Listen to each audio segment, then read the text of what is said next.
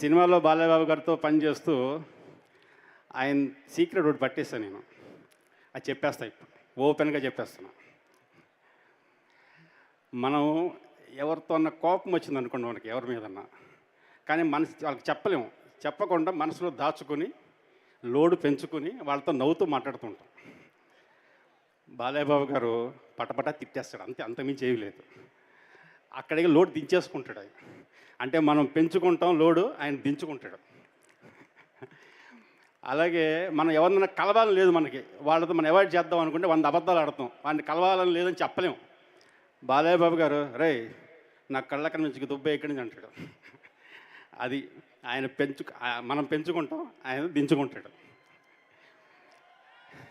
ఎవరైనా అందమైన అమ్మాయి కనిపిస్తే మనం నల్లగళ్ళద్దాలు పెట్టుకుని మెల్లకండతో ఐమూలగా చూస్తూ సైట్ కొడతాం.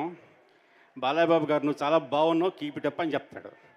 అది ఆ రకంగా ఆయన ఎప్పటికప్పుడు లోడ్ దించేసుకోవడం వల్ల హ్యాపీగా ఎప్పుడూ నవ్వుతూ చిన్నపిల్లాడల్లే అందరు సెట్లో కూడా అందరు నవ్వుతూ నవ్విస్తూ మనందరినీ కూడా అలరిస్తూ ఉంటాడు.